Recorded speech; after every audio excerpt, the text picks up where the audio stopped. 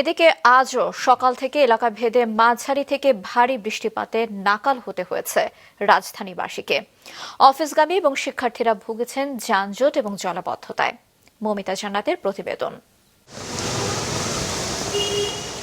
আষাঢ়ের অঝোর ধারা শান্তির বাড়ি নয়, বিড়ম্বনা হয়ে ধরা দেয় রাজধানীবাসীর কাছে।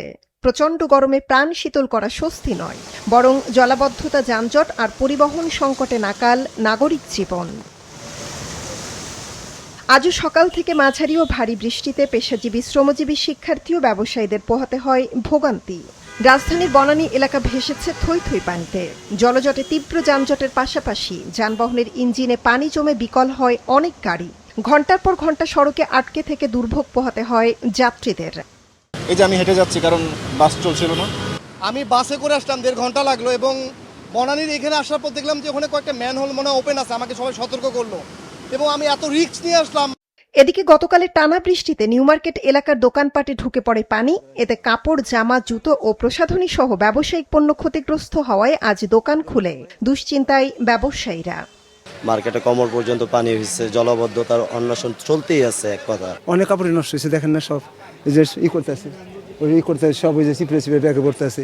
প্রতিবার বৃষ্টি আসলে লাখ লাখ টাকার মাল মনে করেন ব্যবসায়িক ক্ষতি হয়। এই 2 দিন আমাদের গতকালকে পানিতে সম্পূর্ণ ভরা ছিল, প্রায় অনেক ক্ষয়ক্ষতি হয়েছে প্রত্যেকটা দোকানদারি।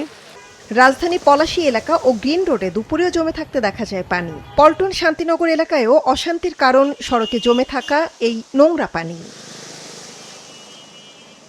আবহাওয়া অধিদপ্তর জানিয়েছে, বঙ্গোপসাগরে সক্রিয় মৌসুমী বায়ু বেশি থাকায় গেল 24 ঘণ্টায় রাজধানীতে রেকর্ড পরিমাণ বৃষ্টিপাত হয়েছে। আগামী 24 ঘণ্টায় সারা দেশের কোনো কোনো অঞ্চলে বৃষ্টির তীব্রতা কমলেও রংপুর, রাজশাহী, ময়মনসিংহ, সিলেট, চট্টগ্রাম ও ঢাকার কোথাও কোথাও ভারী থেকে অতি ভারী বৃষ্টিপাত হতে পারে।